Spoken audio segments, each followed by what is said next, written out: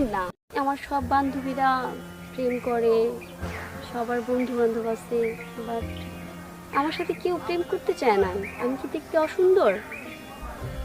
শিক্ষাগত যোগ্যতা আমার অনেক আছে, আমার বাবার অনেক টাকা, তারপরেও কেউ আমার সাথে প্রেম করতে চায় না।